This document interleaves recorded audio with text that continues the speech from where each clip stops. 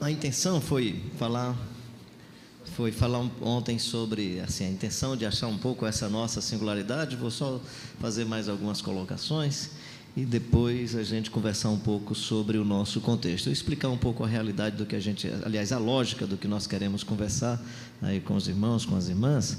A ideia é mais ou menos o seguinte: eu faço a lógica disso não é minha, a lógica disso é do Stephen Covey, quando ele fala sobre o paradigma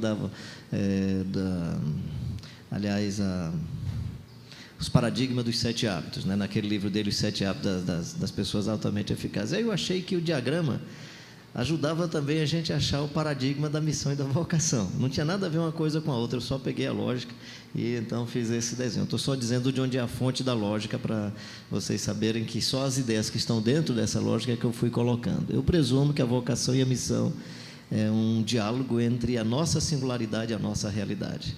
E aí discernir a singularidade e a realidade, ou o nosso contexto, então uma das tarefas que nós precisamos buscar em oração, no discernimento com a nossa comunidade, ouvindo os irmãos e irmãs, ouvindo pessoas que têm algum tipo de experiência, e no conjunto dessas informações, discernir a vocação e a missão. E aí, claro, em certas situações, nós vamos encontrar isso de maneira sobrenatural, né? Vai ter momentos que o Paulo quer ir para um canto e aí aparece: passa a Macedônia, ajuda-nos, e aí ele vai, não foi análise, coisa nenhuma, mas isso é uma eventualidade, não era regra geral. Então, só estou apenas dizendo que às vezes essas coisas vão acontecer de maneira sobrenatural e temos que ter o coração aberto e a mente sempre atenta a essas manifestações naturais de Deus. Eu sempre digo que o milagre não é a jumenta falar, né? A jumenta falar é a coisa mais trivial. O milagre é o profeta escutar uma jumenta falando. Esse é o milagre, né? Então, o milagre não é a jumenta falar, o milagre não é as aves do céu, os lírios do campo falarem, o milagre não é o pardal e a andorinha conversar. O milagre é você entender pardal e andorinha no templo e ainda fazer poesia. O milagre é você olhar os lírios do céu, as aves do céu, os lírios do campo e fazer poesia com isso. O milagre é você ver uma vara de amendoeira e fazer mensagem. O milagre é você ir na casa do oleiro e o cara está trabalhando com argila e você conversar com Deus a partir dessa percepção, seja ela mística, sobrenatural. No caso do Jeremias, eu acho que é no cotidiano e na trivialidade da existência, né? Então, só para dizer o seguinte: a realidade está aí, né?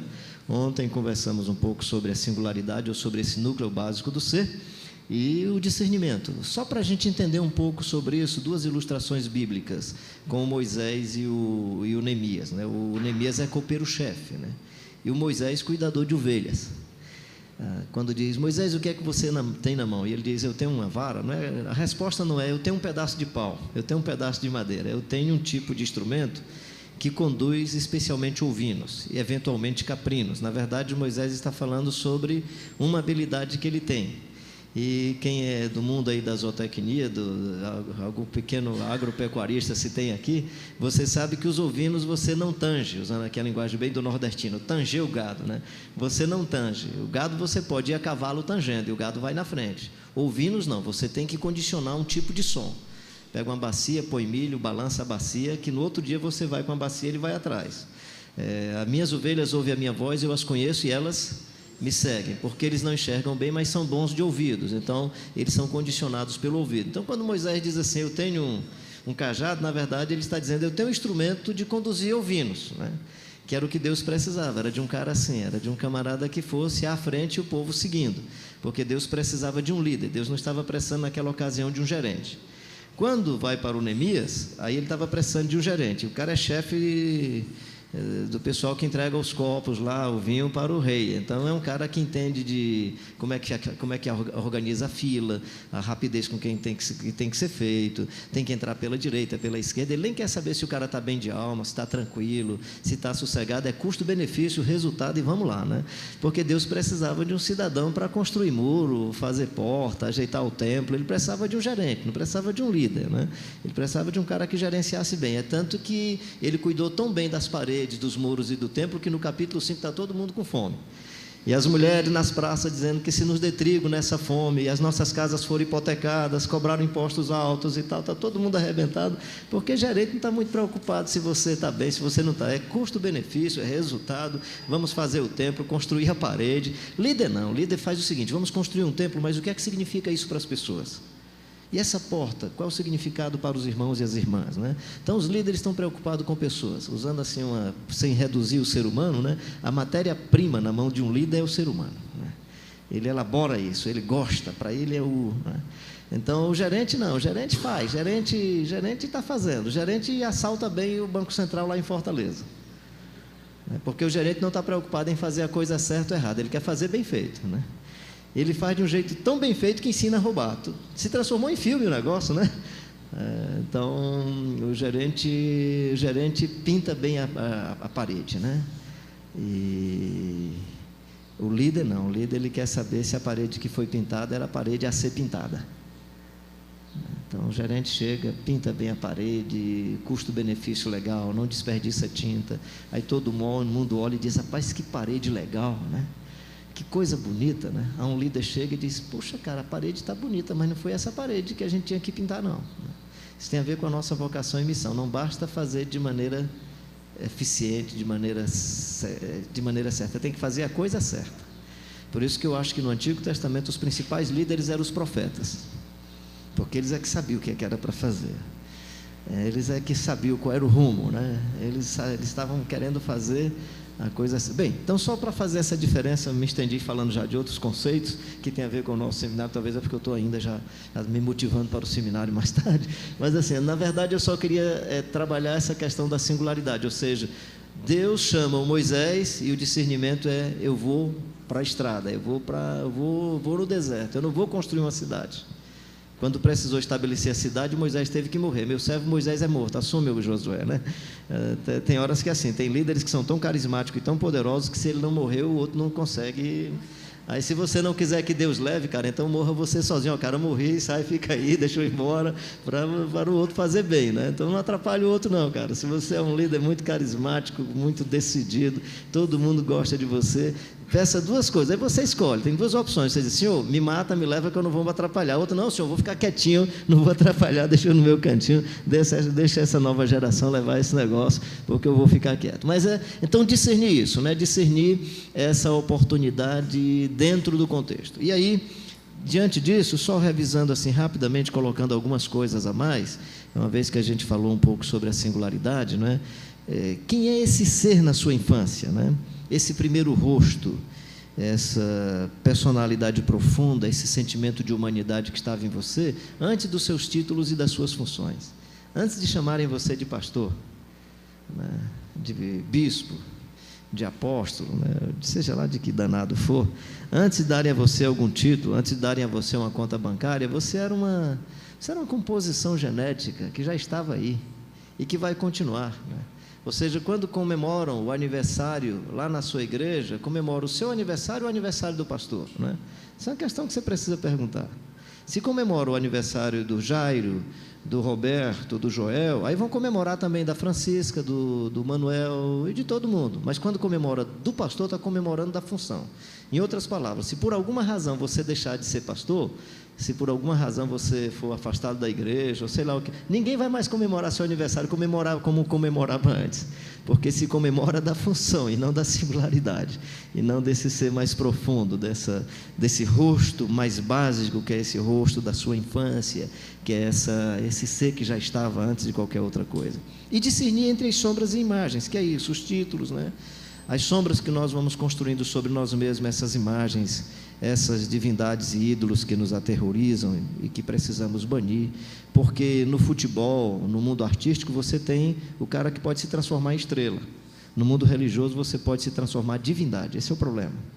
Você pode se transformar no ídolo. E a coisa mais desgraçada para o ser humano é quando ele é sacerdote e ídolo ao mesmo tempo, 2 em 1.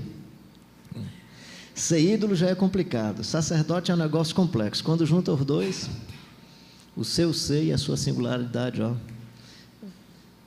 já foram abafadas e sepultadas.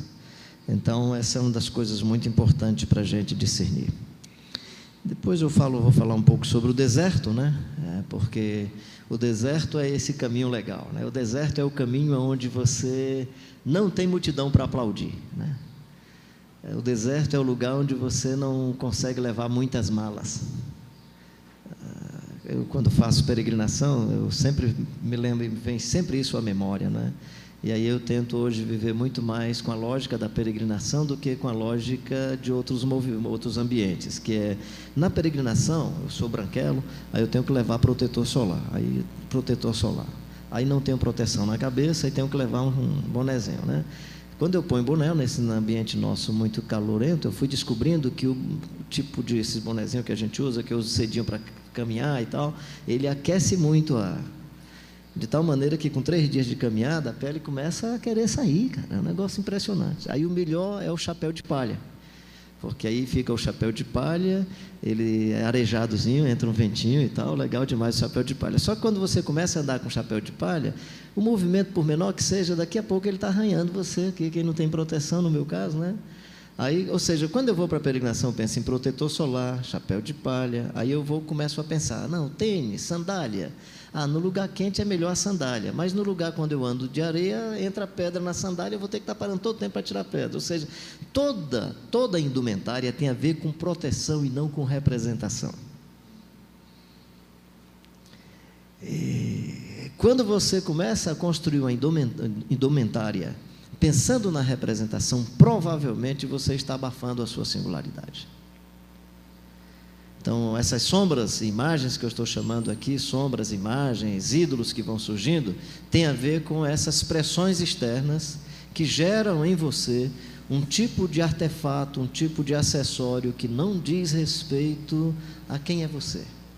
E aí o caminho para essa descoberta, quando a gente vai para as Escrituras, é o deserto. É o Moisés no deserto. Quem sou eu, Senhor? A pergunta inicial é fantástica, o referencial é que é problemático. Quem sou eu, Senhor, para ir ao faraó? Né? Então a pergunta é quem sou eu, mas o referencial que ele tem é o faraó. E aí, por isso que Deus se apresenta e diz, esteja comigo, eu vou contigo, vamos caminhar juntos, e você vai se descobrindo no caminho, né? O Elias no deserto, né? Nós não temos os discursos ou as elaborações do Paulo, né? No deserto da Arábia, mas passou algum tempo por aí também. João na ilha de Pátimos, e o Jesus de Nazaré, naquela experiência descrita por, especialmente, a forma como Mateus e Lucas vão descrevendo, né? Porque Mateus e Lucas fazem uma síntese, no meu entendimento, de toda a tentação que Jesus viveu e que todos nós vivemos. Na verdade, os 3 itens da tentação não me parecem ser itens pontuais, são itens que estão no nosso cotidiano, e Jesus deve ter sido tentado em muitas áreas, ali naquela ocasião e em outras ocasiões, mas eles distribuem 3 itens, Mateus, Marcos e Lucas, porque o Marcos não entra em muitos detalhes. Ele apenas diz que Jesus foi para o deserto, né? E os anjos, era tentado pelas feras e os anjos serviam. É só assim que o Marcos, essa a síntese que o Marcos faz. Mateus não, Mateus vai dizer que Jesus foi ao deserto, foi levado ao deserto pelo Espírito Santo para ser tentado.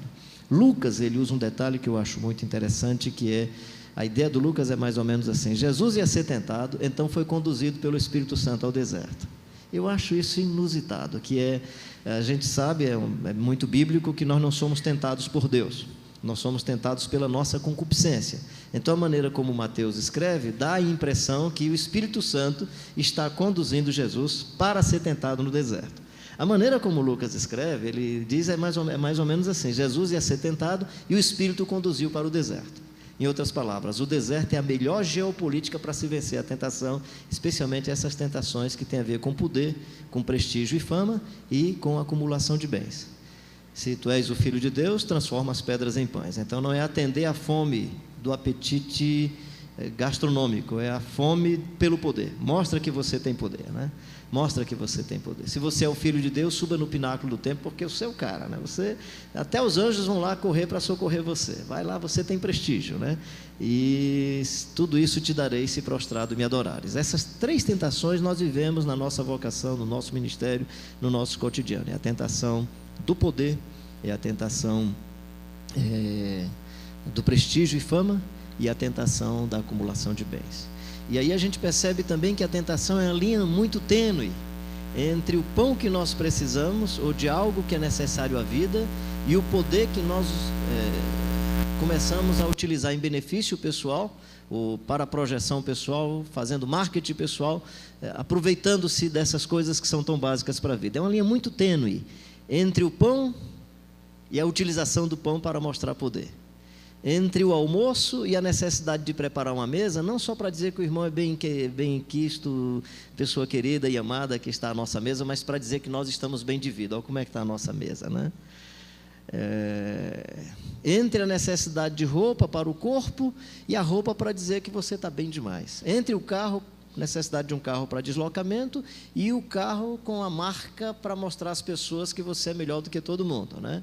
Entre uma joia interessante para expressar estética, beleza, sinalizar especialmente o ser feminino, eu acho muito legal, com os detalhezinhos. Às vezes eu vou saindo com a Dinha, aí eu penso, Dinha, e um brinquinho, filha? Um batonzinho e tal, né? Dou aquela dica, né? Porque eu acho legal demais. A opção é sua. Comigo não cabe bem, né? Meio estranho, mas tudo bem. Tem uns caras que gostam, não tenho nada a ver com o outro. Estou falando de mim. Quando eu olho na Dinha, eu acho legal. Em mim ficaria um negócio muito, honestamente, eu me acharia assim todo estranho, né? Não cabe bem. Será, cara? Não tem jeito, cara. Não tem jeito. Por favor, não faça isso quando eu estiver no túmulo, viu, macho? Quando eu estiver no caixão. Então, é uma linha muito tênue entre a libido, a sensualidade, o sexo e a utilização do outro como objeto. É uma linha muito tênue. A tentação é uma linha muito tênue entre aquilo que é básico para a vida e a utilização daquilo que é básico para dominar, controlar, ter domínio, ter poder sobre as pessoas. E é uma linha muito tênue entre o testemunho e a fama. Uma coisa bonita é o testemunho, alguém olhar para a vida e olhar assim para a pessoa, a história de vida, o cara já tem 80 anos, tem não sei quantos anos, você olha assim a história toda, fica catando um negócio para ver se xinga e não consegue, aí se aproxima de um dos filhos ou filha desses homens assim, que estão aí na história do nosso contexto brasileiro, aí chega para a filha, vem cá, mas teu pai assim, é muito mais do que isso, é porque vocês não conhecem direito, lá em casa, dentro de casa, ele é melhor do que isso aí que vocês conhecem. Aí você fica, entendi, né? Então, mas é uma linha tênue entre esse bom testemunho e a possibilidade de fazer disso uma projeção pessoal. É uma linha tênue entre a utilização dos bens para a nossa sobrevivência e a acumulação dos bens para que o outro não tenha chance de viver tão bem quanto a gente. Então, onde é que nós vencemos isso? No deserto. No deserto. Porque no deserto não dá para levar uma mala grande. No deserto não dá para você acumular. No deserto e nessa condição, especialmente que eu estou fazendo referência às Escrituras, que em geral o indivíduo estava sozinha, não tem multidão para aplaudir. Não tem ninguém para reconhecer. Não tem ninguém para dizer coisa demais. Tal. Então, a singularidade pelo caminho do deserto, né? E aí, como experimentar isso se nós estamos no mundo urbano? Se, em geral, nós não temos sequer um espaço dessa natureza. Nesse aspecto, a gente precisa construir o deserto como um paradigma na nossa interioridade. E ir começando a trabalhar a mente para que o deserto não seja só a geografia. Não estou dizendo que a geografia do deserto não seja pedagógica para o aprendizado da vida. Mas tem pessoas prepotentes e arrogantes vivendo no deserto, né? Porque não fizeram do deserto um paradigma da alma. E você pode ter pessoas no mundo urbano que têm uma capacidade extraordinária de não se permitir invadido ou invadida pelas pressões e os ruídos do mundo urbano, porque fez do coração um espaço de comunhão com Deus e uma ambiência onde esses paradigmas do deserto podem ajudar no poder do Espírito a vencer as tentações de poder, de prestígio, fama e as tentações de acumulação de bens. Então, eu queria só colocar também o deserto como esse caminho, e acho que um outro caminho mais extraordinário, para mim esse é o mais extraordinário, demos um toque rápido ontem, de maneira subliminar, com a ilustração do brioso, especialmente, né, sepultar o brioso, que é esse caminho aonde você vai para o funeral, né? Ou seja, projetar a vida tendo a morte como ponto de chegada, não tendo a morte como momento dramático. Jesus é o único que vem ao mundo sabendo que vai morrer, com a opção de não morrer.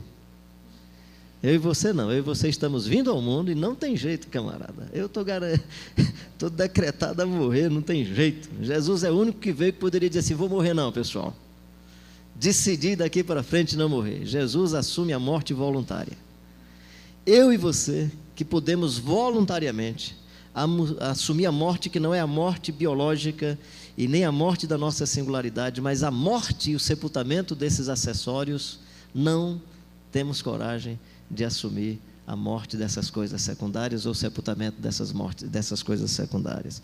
Então, queria animar você a construir a vida parecida com a vida do Jesus de Nazaré, que é, sabendo Jesus que era chegado a hora de partir desse mundo para o Pai, tendo amado os seus, os amou até o fim. Mulher, não é chegada a hora. Mulher, é chegada a hora, né? Pai, é chegada a hora. Jesus sabia a hora. E quando ele diz assim, Jesus sabia a hora, era a hora de quê? A hora de morrer. A hora de morrer. Que inclusive, aí tem um negócio extraordinário no Evangelho, que é esse conceito de glória, né? Que é esse conceito de glória. Pai, é chegada a hora, glorifica o Filho para que o Filho glorifique a Ti. O que é que Jesus está dizendo? Pai, é chegada a hora de morrer, e é na morte que o Senhor vai ser glorificado.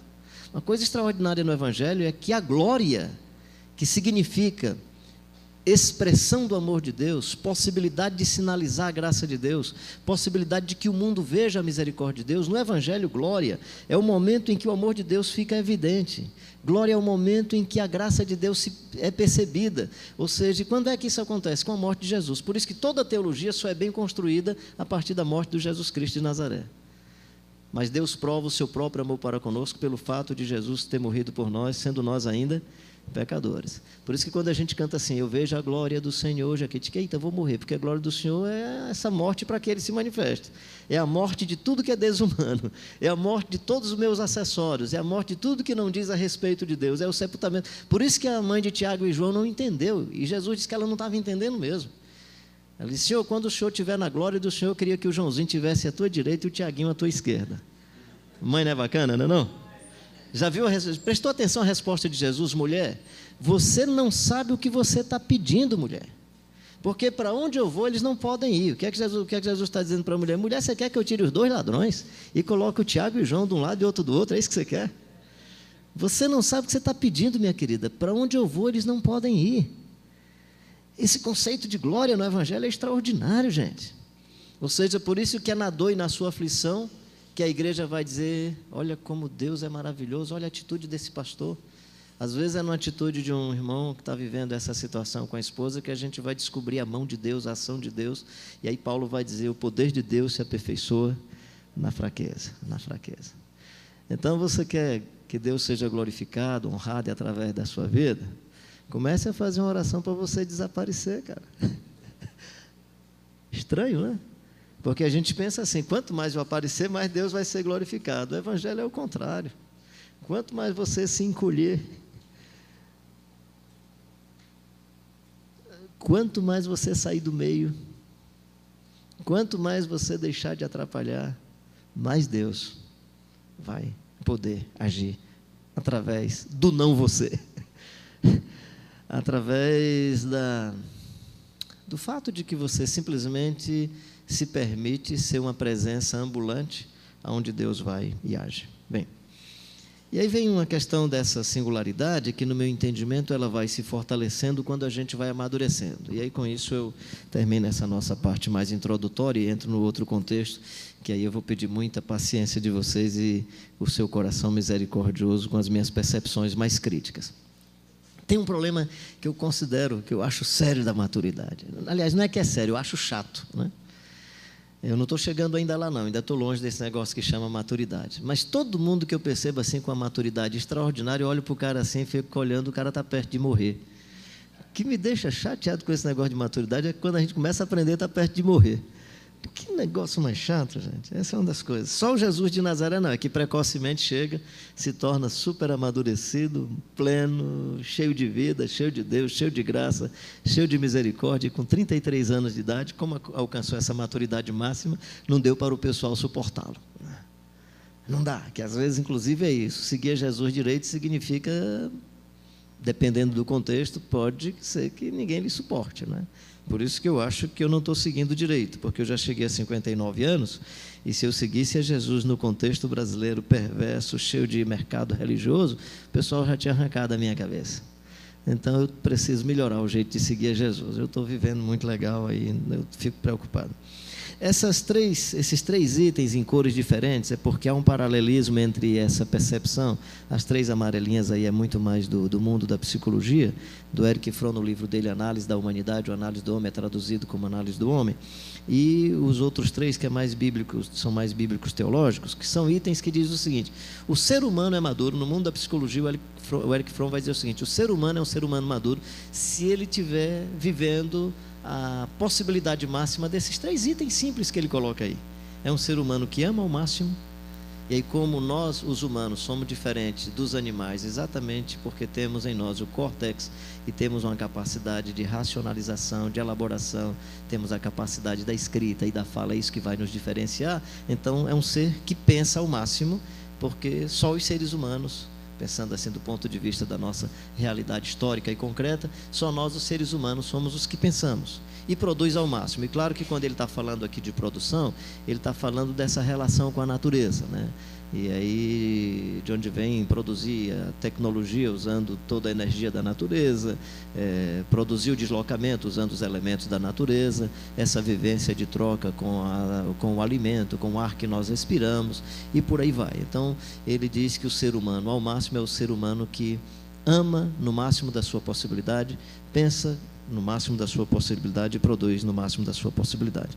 Eu aproveito esses mesmos itens, né, e coloco mais ou menos o seguinte, né, que é a ideia de ouvir empaticamente, o ser humano seja pronto para ouvir, tardio para falar, tardio para se irar, o falar com moderação, né, quem controla a língua é varão perfeito, a Bíblia vai dizer. E 1 Coríntios 13, quando eu era infante, andava como infante, pensava como infante, obedecia como infante, sentia como infante. Quando eu cheguei à estatura de pessoa mais amadurecida, desisti das coisas de infante, e aí passei a amar como pessoa tal. Então, amar ao máximo. A gente poderia, nesse primeiro bloco, onde tem pensar com as categorias do Evangelho do Jesus Cristo de Nazaré, ou com o que o Paulo chama de mente de Cristo. Por exemplo, só como ilustração, isso significaria pensar imaginando a hierarquia, pensar com hierarquias invertidas. Os maiores serão menores. Olha, esse texto é legal para mim, né? Os maiores serão menores, os menores serão maiores. Os últimos serão os primeiros serão os últimos. As crianças que não são produtivas e que não pagam a conta são as principais da sociedade, ou as principais desse novo reino, dessa nova ambiência. O irmão que dá o dízimo dele é alto, a pergunta do pastor, o diálogo não é obrigado, é com quanto você ficou para sobreviver, meu irmão? Essa deveria ser a pergunta, não é, puxa, você deu um dízimo tão alto, e você está sobrevivendo com quanto, né? E o pobre olha, ele está vivendo com tanto e está vivendo tão bem que aquele irmão pobre devia levar, né? A ideia na Bíblia é quem tem põe, quem não tem tira, que era um jogo, uma piada lá do Chico Anísio, né? Passava a sacolinha, era um cenário crítico às igrejas, né, de mercado. Aí quem tem põe, quem não tem tira. Aí quando o cara tirava, aí eles agora põe. Aí o cara, não, põe que agora você tem, quem tem põe, né? Então mas é 2 Coríntios capítulo 8, né? 2 Coríntios capítulo 8 é para que quem tem muito não fique com sobra e para que quem tem pouco não sinta falta. Essa é a lógica do Evangelho. A lógica do Evangelho é Zaqueu, né? Que é a confissão do próprio Zaqueu. Se eu defraudei alguém, eu quero dar metade, eu quero pagar 4 vezes mais. A segunda não é uma suposição, é uma afirmação. E vou dar metade dos meus bens aos pobres, né? E aí vem, né, o Barnabé, o testemunho do conde Zinzendorf e de tantos outros que vão aparecendo na história do povo de Deus. Bem, então, fechado isso, ou pelo menos sinalizando isso para você começar. Estou só jogando algumas coisas assim de maneira como quem lança semente de qualquer jeito, né? Não estou dizendo que o terreno não é bom, o lançador é que está lançando de qualquer jeito, né? Chamado plantação a lanço, né? Então estou só lançando, né? E foi muito mais para rever um pouco a nossa conversa de ontem à noite, para cada uma pensar mais sobre quem é esse ser que está aí dentro de você, né? Que a esposa possivelmente conhece mais do que qualquer outra pessoa, que os filhos e filhas conhecem mais do que qualquer outra pessoa, mas indo para as Escrituras, especialmente nas poesias do Davi, eu acho que nem nós nos conhecemos direito, né?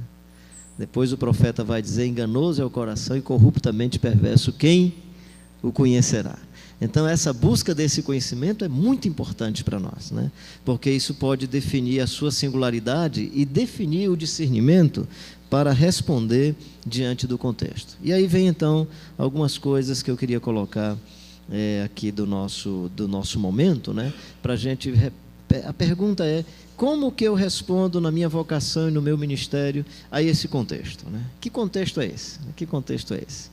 Acredita-se que nós estamos vivendo o que é chamado no momento de sociedade pós-moderna. Sociedade pós-moderna. Se é verdade que estamos na sociedade pós-moderna, eu acredito que sim. Se é verdade, nós estamos vivendo um momento do que alguns sociólogos, antropólogos também vão chamar de mudança de mega paradigma, né? Que a ideia não é que você está vivendo a mudança de uma época, não é apenas algumas mudanças numa época, você está vivendo a mudança de uma época. O Dominique Demas, no livro dele, O Ócio Criativo, ele vai dizer que isso acontece quando 3 fatores interagem. Quando você descobre novas fontes energéticas, quando você muda as relações de poder e quando você muda as relações de trabalho. E é muito evidente que nós temos novas fontes de energia. O celular é um dos instrumentos simples que você pode dizer, estou vivendo um novo momento, descoberta de uma nova fonte de energia. A energia atômica é a informação de que nós estamos vivendo um momento de novas fontes de energia. E aí nós estamos vivendo num contexto de mudanças das relações de poder. Não estou aqui querendo entrar no mérito teológico, mas assim, a família está sendo questionada, se é marido que é cabeça, se é mulher, ou seja, no contexto patriarcal, que isso era um negócio muito comum de se falar e de se discutir, é complicado você discutir hoje. O próprio papel do Estado, o papel do governo principalmente, ou do Estado, da sociedade civil organizada, como é que se faz uma nova democracia, são discussões que tem implicações no que é chamado de relações de poder, ou seja, nós vivemos num novo contexto onde todas as relações de poder são questionadas. Então, o Dominique Demas diz que quando esses 3 fatores interagem, de fato, nós estamos vivendo numa mudança de época. Então, vamos achar que é verdade, estamos vivendo uma mudança de época. Se estamos vivendo uma mudança de época, aí tem uma outra implicação mais séria. É que, em geral, a geração que vive a mudança de uma época, no primeiro momento, ela não define as coisas. As coisas simplesmente vão rebocando. E as crenças podem mudar. Aí eu trouxe exatamente essa reflexão sobre a época, porque eu acho que algumas crenças mudaram no nosso contexto, inclusive no contexto evangélico. E para mim, uma das coisas mais sérias é a crença sobre Deus. Essa sociedade, ela de tal forma inverteu a soberania do ser humano, né? Esse antropocentrismo, eu acho que é muito mais do que um antropocentrismo, porque não é só, o ser humano não é só um centro, ou o centro, ele passou a ser o dominador de todos os centros, pelo menos do ponto de vista da crença. Você decide, né? Você decide. Você decide o final do programa de televisão. Você decide o tipo de culto que você precisa. E se a igreja não oferecer o tipo de culto que você deseja, se o discurso não for um discurso que agrade o sentimento do freguês, o freguês ou o cliente vai buscar numa empresa religiosa vizinha, ele vai ali na outra vitrine e vai na vitrine vizinha buscar o produto que ele deseja, porque você decide. Então, não estou nem entrando nesse primeiro momento, nessa questão religiosa, onde você vai buscar ou não, mas na autonomia e no poder de decisão que você tem. Então, nós estamos numa sociedade, diferentemente da classe média, ou da sociedade da Idade Média, classe média não, da Idade Média, onde as pessoas acreditavam que as divindades tinham controle sobre tudo. Ou sociedade pré-industrial, ainda você vai encontrar várias comunidades nas regiões ainda, lugares onde a sociedade ainda é pré-industrial, a crença que a doença de uma criança é por causa da ira de uma divindade, e aí temos que fazer oferendas e tal. Então havia uma crença aí na Idade Média ou sociedade pré-industrial, onde as divindades têm um controle sobre tudo. Com a descoberta do racionalismo, iluminismo, a descoberta de fontes científicas, aí a ciência é quem manda. Quem fez teologia ou filosofia conhece o discurso do Nietzsche, que os templos seriam o túmulo dos deuses, né? Então, assim, ninguém vai ter mais fé, a ciência vai controlar. Aí vem o desencanto com a ciência, especialmente assim como sinal simbólico diz com a queda do muro de Berlim, você tem um desencanto com a ciência, aí já não é mais nem a divindade, nem a ciência, agora é você. Você decide, por isso que você decreta e determina, e Deus do canto da parede tem que se curvar e obedecer, porque você é poderoso, cara. A sua frase tem poder.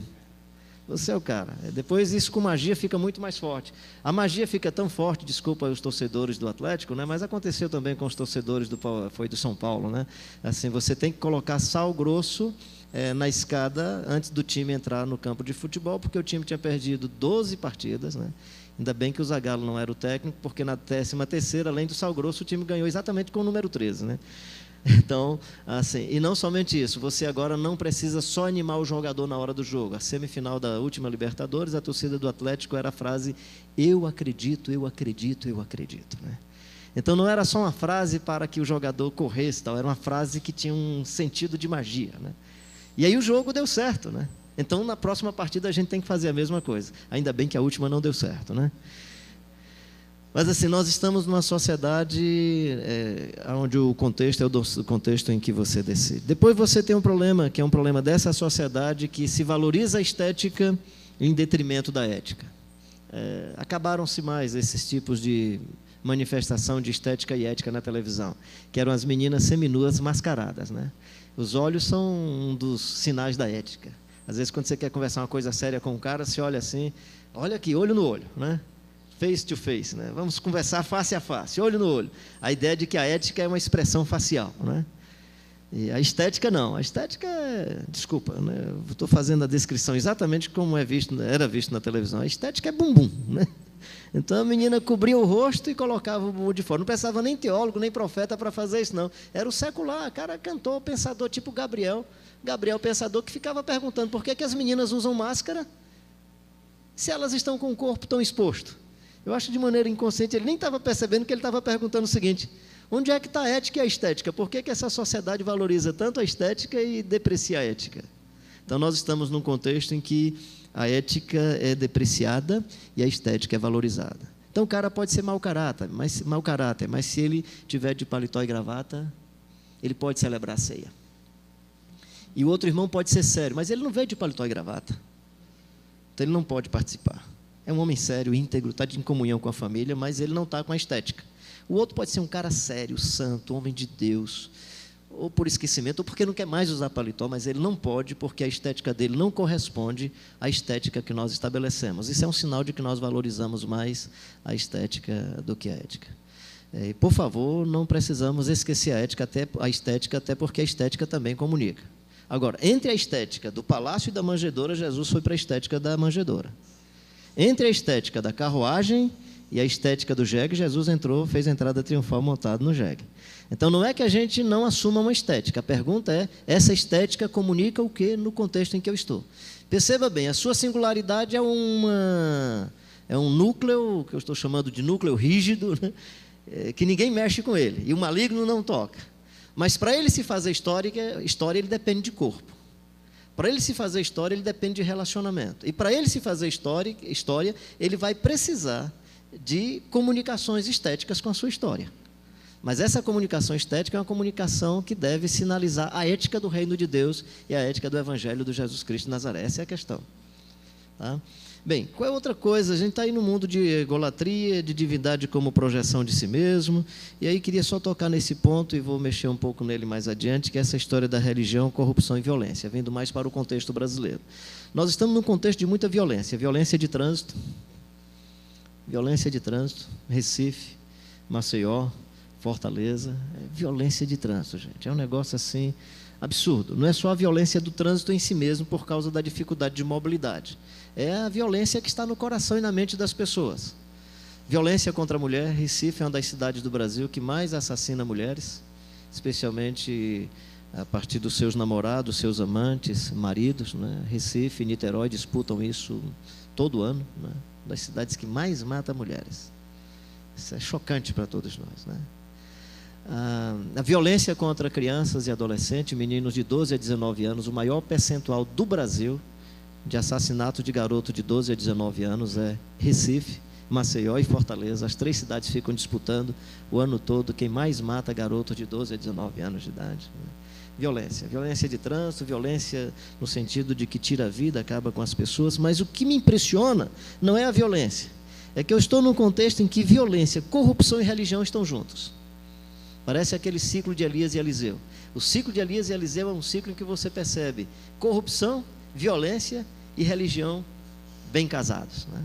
Ou bem casadas, né? O Baal, quando vem para Israel, Baal não é só um ídolo de madeira, um ídolo de gesso, um pedaço, não. O Baal é a divindade que representa para os fenícios o privilégio econômico. Baal é o Deus da economia, é o Deus da chuva. Baal é o Deus que facilita e propicia agricultura e pecuária.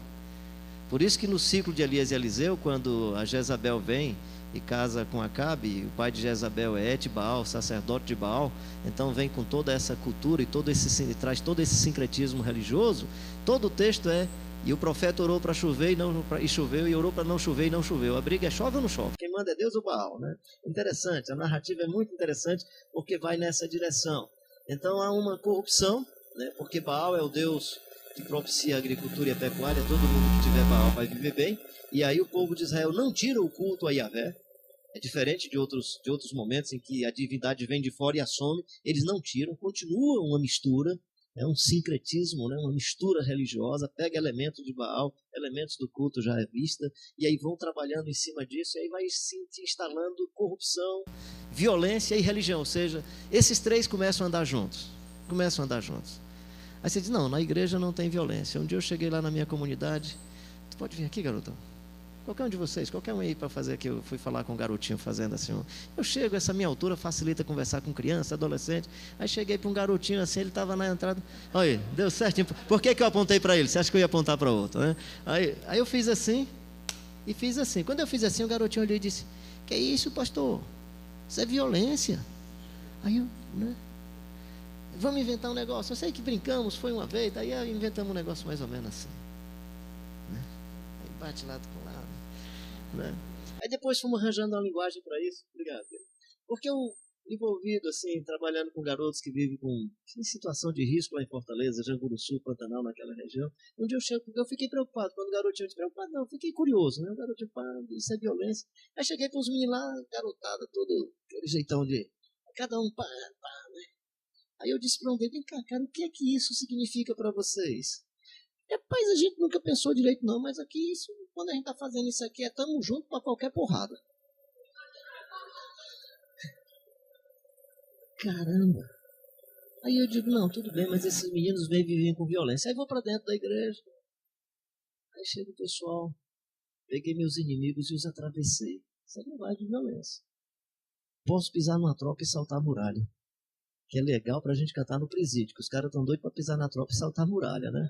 Mas assim, aí você não percebe que você está num contexto de violência, com gestos de violência, linguagem de violência, né?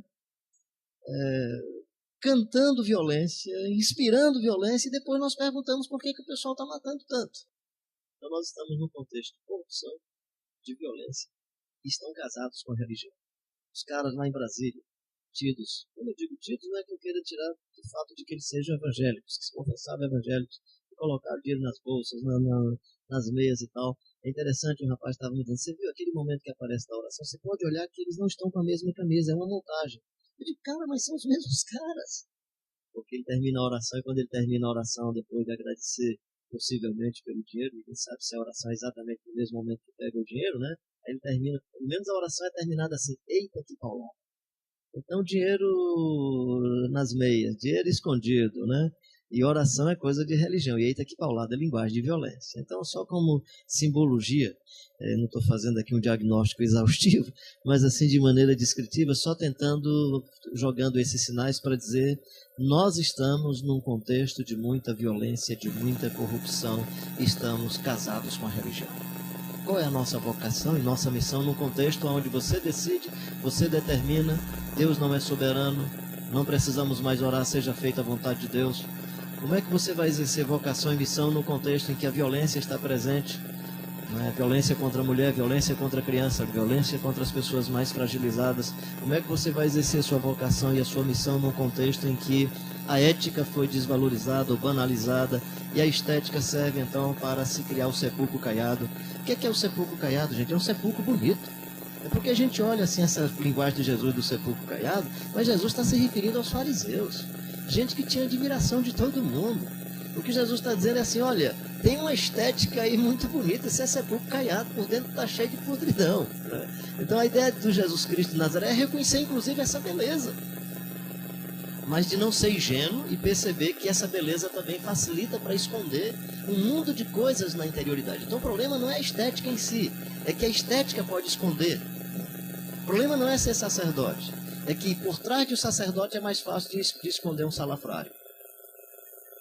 O problema não é a estética do sacerdote, é porque preservando essa estética nós vamos olhar tanto para a estética que não vamos conseguir enxergar a ética, ou a boa ética.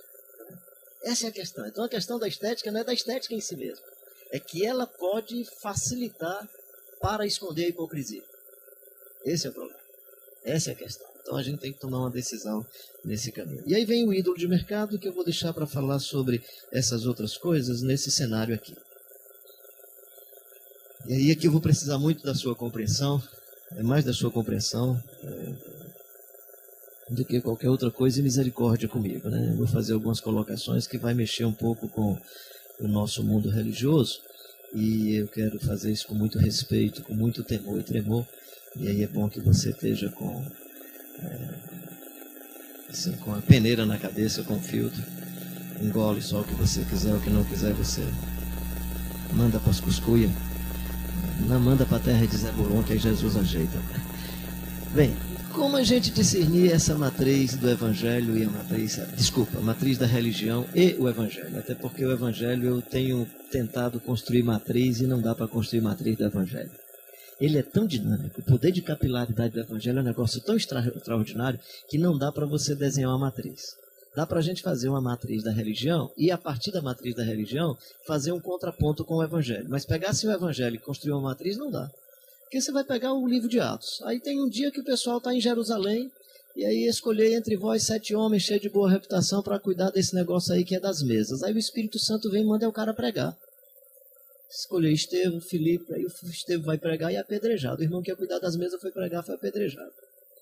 Aí o Filipe foi evangelizar o eunuco, ou seja, os caras fizeram a organização e o espírito, até porque nessas narrativas as coisas estão registradas como aconteceram, e não como o espírito soprou para que aconteceram. Não estou dizendo que os apóstolos erraram, só estou dizendo o seguinte, que eles fizeram uma coisa e o espírito soprou de outro jeito. Ele disse, nós vamos cuidar da palavra e eles vão cuidar das mesas, que significava cuidar daquelas senhoras lá, viúva dos helenistas e tal, e o espírito conta para Estevão para pregar.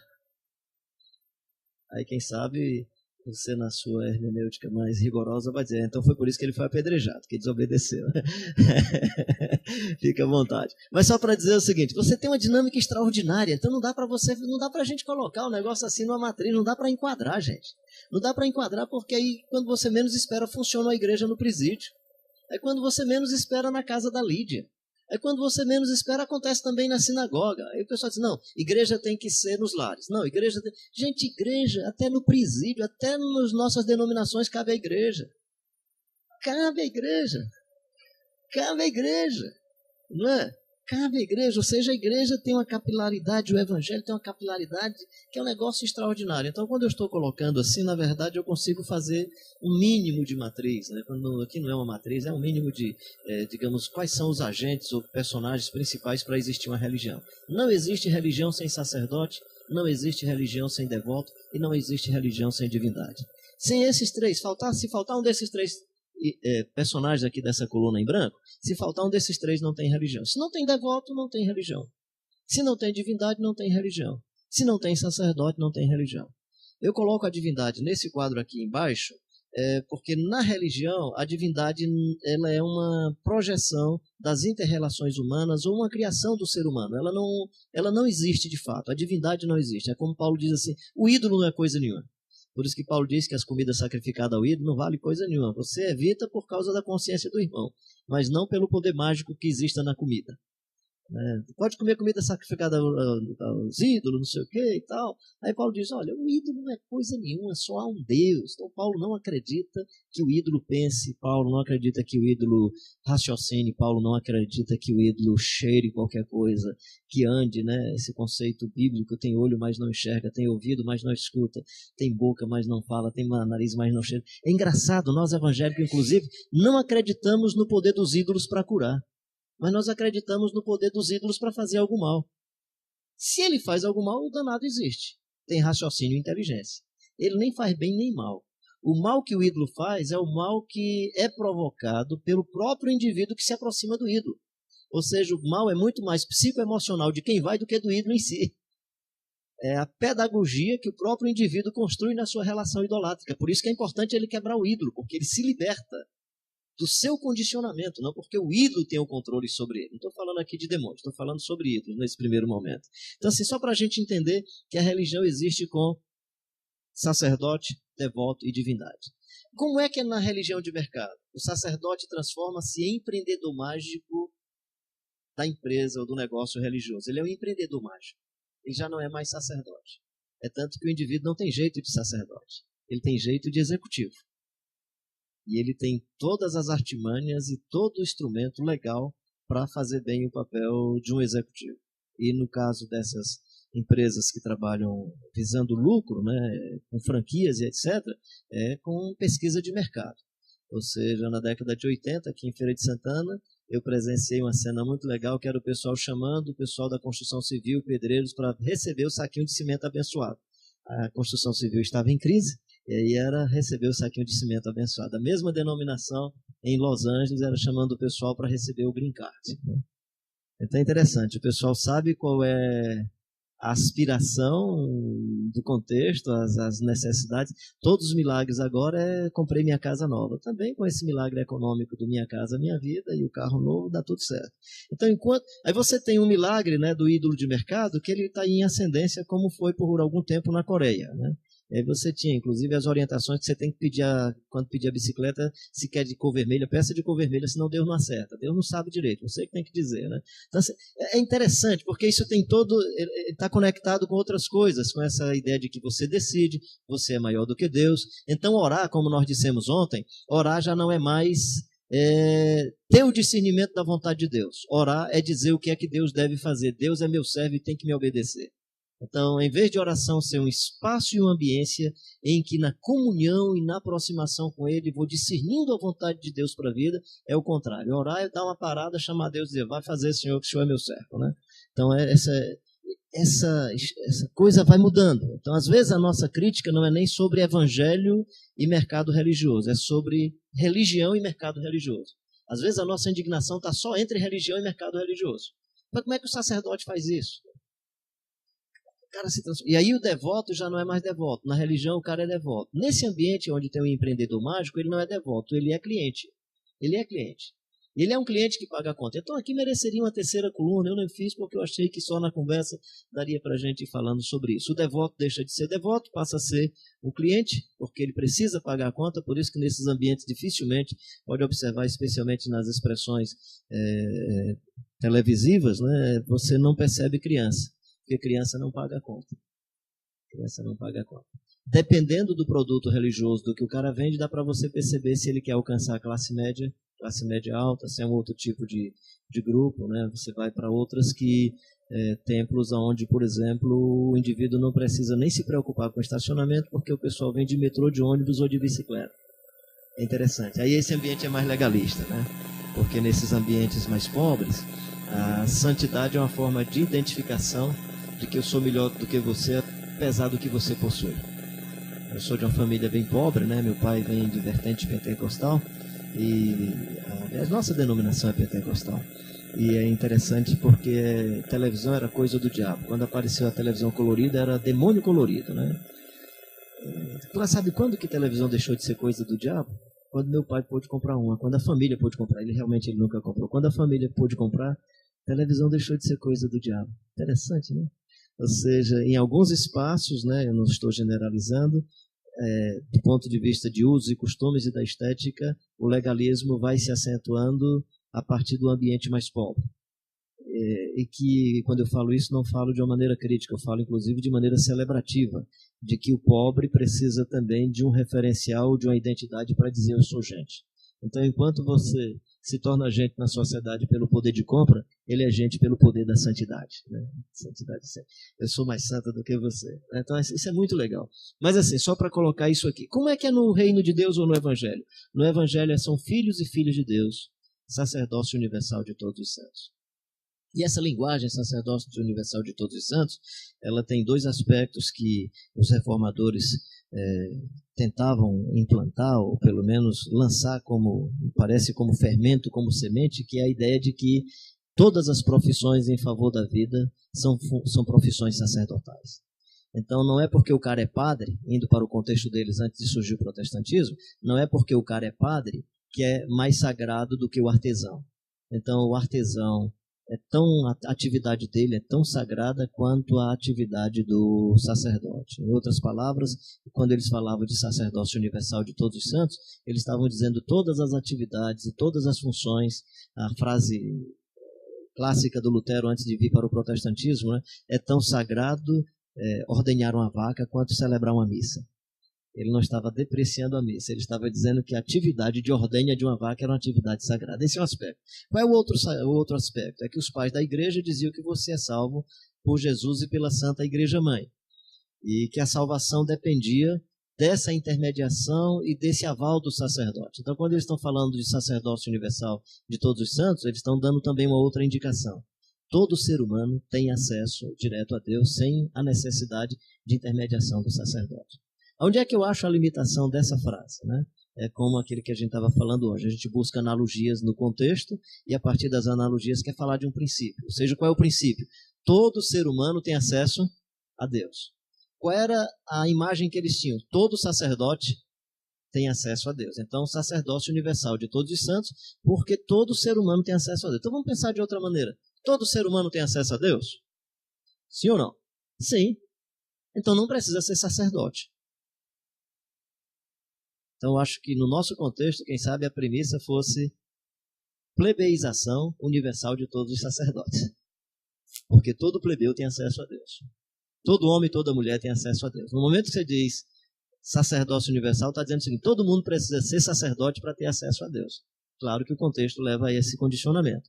Mas assim, só para colocar o seguinte, a ideia do Evangelho é: nós somos filhos e filhas de Deus, irmãos e irmãs, e todos nós somos iguais, mesmo tendo dons diferentes. Você, por ser pastor da sua comunidade, você sabe muito bem disso. Você não é melhor e mais especial do que ninguém, a não ser que você seja melhor e especial por causa do seu testemunho da sua vida, e as pessoas apreciam esse seu testemunho em sua vida, vejam as obras de Deus na sua vida, e Deus seja glorificado por você, e aleluia, por isso, se assim acontecer.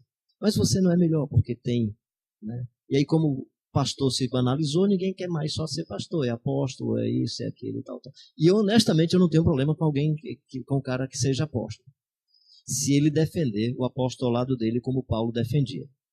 Olha, eu recebi 3 vezes, isso significava 49 chibatadas menos 1, 39 chibatadas menos 1. 3 vezes eu levei 39 chibatadas menos 1. Né? Passei voragem no mar. Passei fome, jejum, sou lixo do mundo, escória de todo, espetáculo. Se é isso que lhe dá. Então, se os outros são apóstolos, eu sou muito mais. Se o cara chegar dizendo com esses referenciais que é apóstolo, aí pode acreditar. Aí eu digo, cara, esse cara é apóstolo mesmo. Não, inclusive, por causa de, especialmente Paulo, a vocação apostolar dele não dava nem o direito que o João e os outros tinham como presbítero nas comunidades. O máximo que o coitado fazia era uma carta, tentando se explicar. E por aí vai. Então, assim, só para colocar isso, né? E quem é a divindade? A divindade, para mim, de fato, me fascina, me encanta. Eu acho algo de extraordinário. De fato, Jesus Cristo de Nazaré me encanta. Perguntaram uma vez ao Billy Graham, não sei se é Carlau e qualquer outra coisa, mas um cara que perguntou para ele, você não acha que Jesus Cristo é uma invenção? Ele disse: para inventar uma pessoa como Jesus, teria que ser um Jesus na Terra inventando um igual a ele. Jesus é fascinante, gente. É de fato encantador. Porque Jesus é a única proposta, mesmo trazendo para a categoria religiosa, Jesus é a única proposta, se nós pensarmos com categorias religiosas, Jesus é a única proposta onde ele revela um Deus que humildemente ama. Que nenhuma religião fez isso. O Deus que humildemente ama.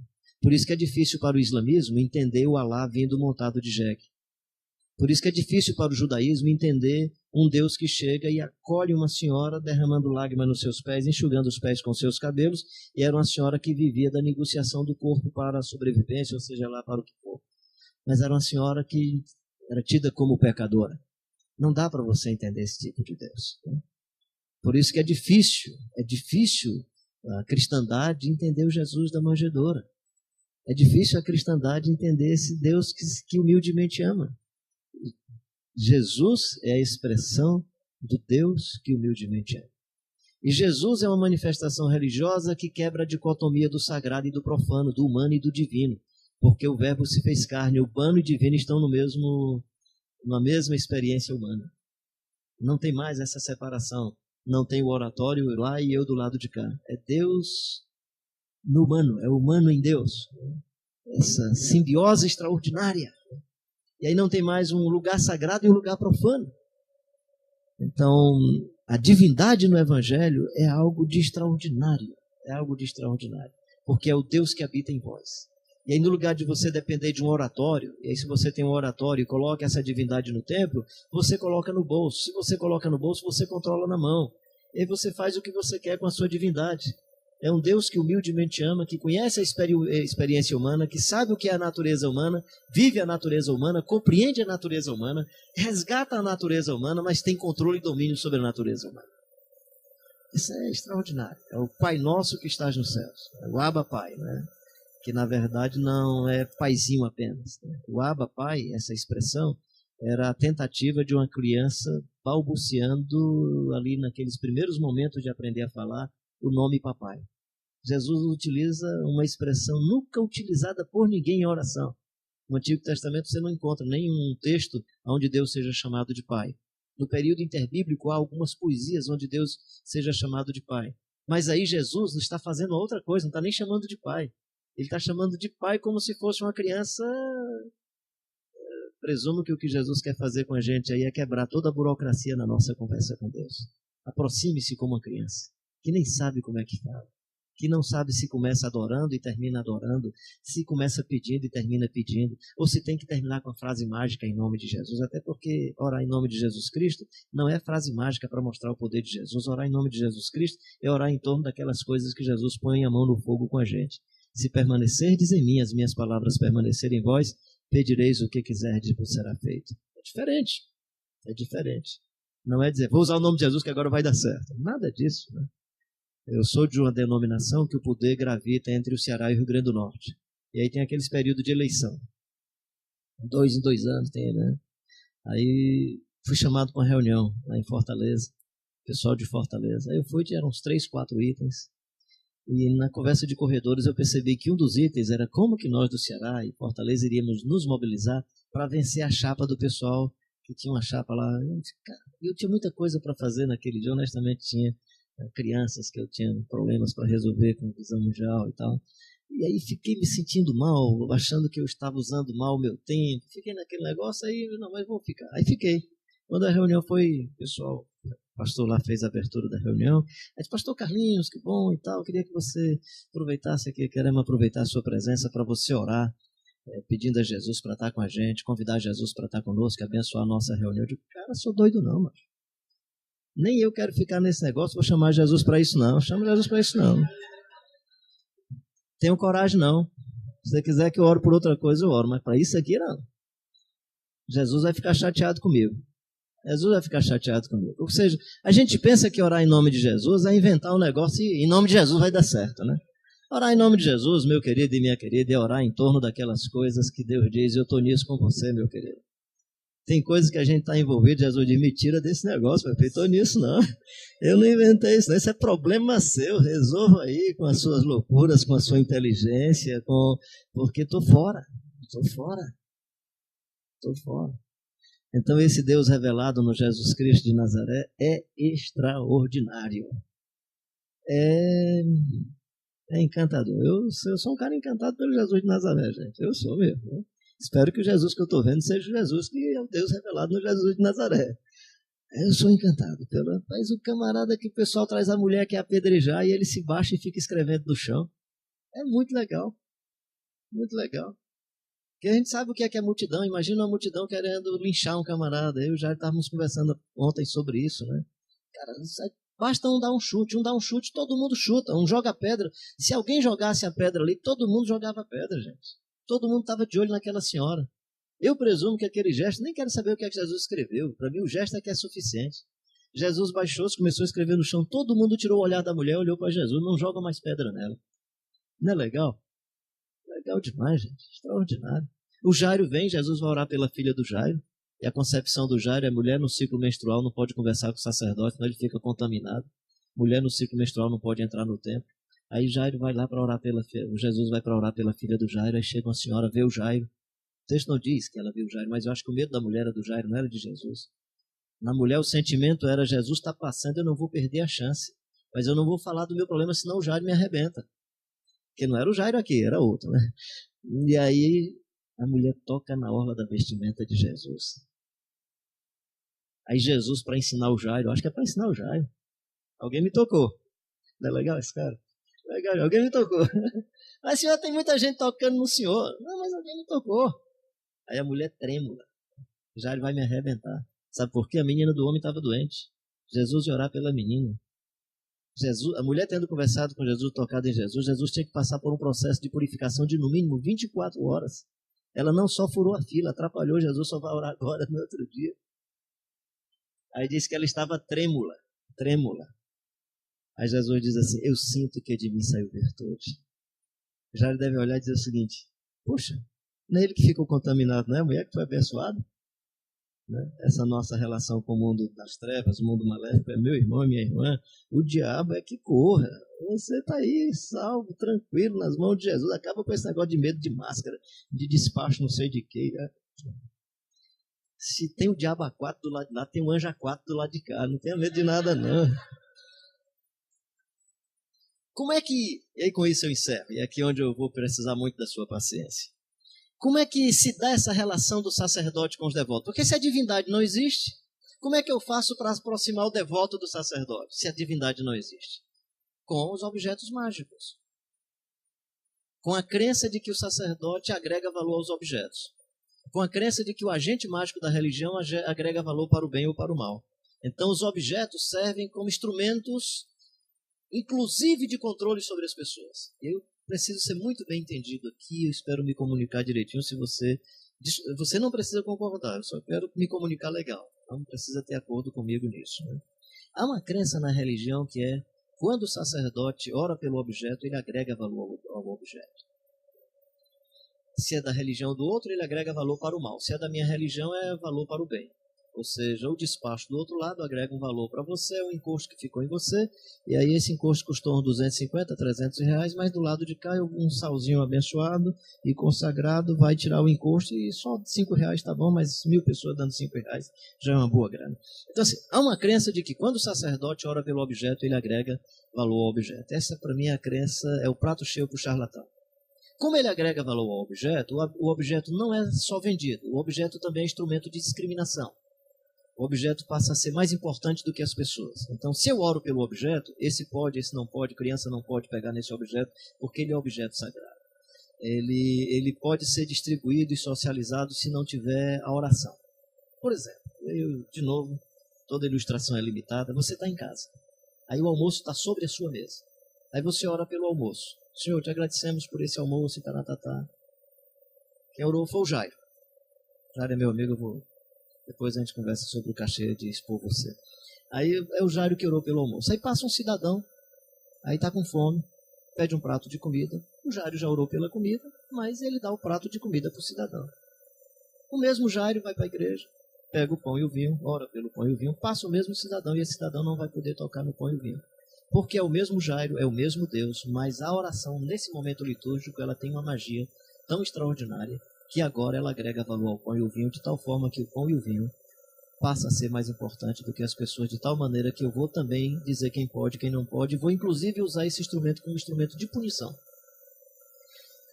Qual é a complexidade disso quando a gente vai para as Escrituras? A complexidade disso é porque em Mateus e Marcos, principalmente, a linguagem dos dois, verbo caris para abençoar ou para agradecer, vão aparecer do mesmo jeito, mas Lucas e João vão construindo uma outra teologia extraordinária, Lucas e Paulo, aliás, vão construindo uma outra teologia extraordinária, que é: na noite em que Jesus foi traído, tomou o pão e, tendo dado graça, não diz que abençoou o objeto.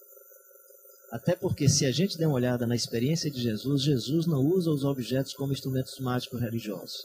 Jesus usa os objetos como instrumento pedagógico para trazer informações profundas. Ou seja, quando ele pega a bacia, põe água na bacia e pega uma toalha para lavar os pés dos discípulos, ele nem está sacralizando a bacia, nem a água, nem a toalha, como algumas denominações fazem, e considera desde a bacia, a água e o lavar dos pés e até o pão e o vinho como todos objetos sagrados, como no protestantismo a gente pega 2 objetos para considerar sagrado, no catolicismo a hóstia sagrada para todo o povo, o vinho e a hóstia para o sacerdote, seja como for. Eu não quero entrar aqui no aspecto da liturgia, por favor. Eu estou querendo tocar uma coisa que eu considero mais séria, que é um prato cheio para o charlatão, que é essa nossa crença de que o sacerdote, fazendo uma magia espiritual sobre o objeto, ele agrega valor ao objeto, e nesse aspecto, quando ele agrega valor ao objeto, o charlatão observa e vai então vender o objeto. Jesus está usando os objetos como instrumento de comunicação. E para mim, uma das mais fantásticas, que alguns irmãos já devem ter me escutado falando sobre isso, é quando ele pega o pão, aliás, quando ele pega o seu copo de vinho e diz que o Judas pode molhar o seu pão no vinho de Jesus. Isso para mim é extraordinário. Ele está numa cultura onde molhar o pão no vinho do outro é um símbolo de abertura para a amizade. Juízes capítulo 2, aliás, Ruth capítulo 2. Quando Boaz manda o recado para Ruth, a menina está sendo considerada como estrangeira, concorrente das demais mulheres, ele diz a Ruth que amanhã de manhã ela pode vir, primeira refeição, uma espécie de café da manhã, ela pode vir e molhar o seu pão no meu vinho. Na verdade, no meu entendimento, a comunicação de Jesus com Judas não é você pode participar ou não da ceia. Se fosse uma celebração religiosa, sim, pode ou não pode, porque a religião faz isso. Na verdade, o que eu entendo que Jesus está fazendo é o seguinte: Judas, a despeito do que você fez, camarada, e a despeito de você ter me traído, o meu copo de vinho continua aberto para você molhar o seu pão. Judas, a despeito do que você fez, dá para a gente beber chimarrão na mesma cuia. Judas, a despeito do que você fez, dá para a gente comer tapioca com um cafezinho na cozinha lá de casa. Judas, a despeito do que você fez, ainda dá para a gente sentar na mesma mesa. Porque o que você fez foi terrível. Você me vendeu por 30, cara. Foi muito barato. Foi muito barato. A chateação de Jesus foi o preço. Foi muito barato, cara. Foi muito barato. Agora, a despeito de você ter feito isso, você não mudou o que eu sou, Judas. Eu vou continuar sendo Jesus de Nazaré, com meu copo de vinho aberto para você molhar o seu pão. Ou seja, uma coisa é você usar os objetos como instrumento pedagógico de comunicação. Na noite que Jesus foi traído, tomou o pão e tendo dado graça. Ou seja, a despeito da tragédia, a despeito da traição, continuou gracioso. Essa é a grande comunicação. Então, acho que essa é uma coisa que a gente precisa, na nossa missão, perguntar como romper com o charlatanismo. Eu acho que não dá só para romper com o charlatanismo, senão a gente faz só a discussão religião, matriz de religião, com a matriz da religião de mercado. E nós precisamos dar um salto para o evangelho. Não é só a matriz da religião e o mercado. Porque essa discussão, se é consagrado ou não, está na religião. O evangelho é outra coisa. O evangelho é outra coisa. No evangelho, as pessoas valem mais do que objetos. Tem o quê? 5 minutos, é isso? 5 minutos. Eu estava em Martins, no encontro de pastores. Alisson Ambrosio. Eita, meu querido Alisson, que saudade. Que saudade, né? E o Alisson estava cantando um dos hinos que eu gosto muito, Tu És Fiel, Senhor. Enquanto o Alisson estava cantando, Tu És Fiel, Senhor, meu Pai Celeste e tal, e eu pensando nessa coisa da fidelidade de Deus, amor de Deus, bondade de Deus, chegou uma senhora e 2 crianças do meu lado, aí eu já estava aqui na frente, na bancada da frente, ia fazer a reflexão daquela manhã, e os pastores tinham pedido para eu também celebrar uma ceia. Aí eu estou ali, a senhora diz assim: meu senhor, desculpa, eu sei que o senhor está na hora do seu culto aí, mas é que eu estou com tanta fome. Estou com 2 dias que eu não comi. As minhas crianças comeram ontem à noite. Foi a única refeição, foi um pão que eu consegui e tal. E hoje nós não comemos nada. Isso era mais ou menos 9h30. Aí ela disse: o senhor podia me dar uma ajuda? Aí eu disse: a senhora está pensando em pedir a mais alguém? Se tiver mais gente para me ajudar. Eu digo: crente gosta de fazer um negócio de pedir oferta. A senhora segura aí um pouquinho. Eu vou pedir o pessoal para fazer uma oferta para a senhora. No lugar da senhora ficar pedindo de um por um, a gente faz aqui uma oferta. Aí, né, eu tomei a liberdade. Irmãos, a senhora chegou aqui, isso, a ceia estava pronta, pão aqui em cima, tinha suco à vontade. Aí eu disse: irmãos, essa senhora, e contei a história para os irmãos, a gente podia fazer uma oferta para ela. Aí, tranquilo, Alice, dá para cantar mais um hino? O Alice começou a cantar o hino aqui do lado. E meus irmãos começaram a arranjar 2 sacos de plástico, ninguém estava providenciado para fazer a oferta naquele momento. Saíram alguns irmãos lá fazendo a oferta, foram juntando cédula de 10, vinha lá das cédulas lá e tal. E aí eu olhando para a família, especialmente quando eles foram entregar aquelas 2 sacolinhas de plástico, a mulher encantada assim, né, querendo chorar, e as crianças não olhavam nem para o dia, de olho no pão. Rapaz, quando eu vi aquelas crianças, e aí eu, irmãos, obrigado, olha aqui como é que está essa sacola, e eu olhava para os meninos, ver se eles olhavam para a sacola, os meninos de olho no pão. Irmãos, inclusive tem outra coisa que eu vou fazer aqui, irmãos, não tem jeito não. Filhinho, você quer comer esse pão? Você quer também? Vem cá, pega esse pão, irmão, serve isso. E eles, hoje eu só acredito que não deu problema, porque ninguém ainda tinha orado pelo pão. Eu presumo, eu desconfio, que se já tivesse orado pelo pão, eu teria feito um sacrilégio. Eu teria cometido um pecado gravíssimo, né? Entre o Evangelho de Jesus, que não olha para o sábado, olha para a vida, que não olha para uma pessoa que 38 anos está ali, e a frase do homem é: ninguém me empurrou. Que engraçado. A frase do homem não é eu caí, fui o segundo, que a crença coletiva, né, o imaginário coletivo, era de que o primeiro que caísse no tanque era curado, né? Que tudo indica, você pode ir lá que esse texto está em colchete, que é um texto, quando está assim, em algumas traduções, você sabe que é texto acrescentado por algum escriba, né? No caso desse texto, possivelmente pela informação passada de pais a filhos, né? E nesse caso específico, por esse imaginário coletivo. E o que é interessante, não é, já me empurraram várias vezes, e todas as vezes que me empurram eu não consigo, eu sou o segundo, sou o terceiro. Ele diz assim: eu estou aqui há 38 anos, e nunca ninguém me empurrou, nunca ninguém me viu, nunca ninguém me enxergou.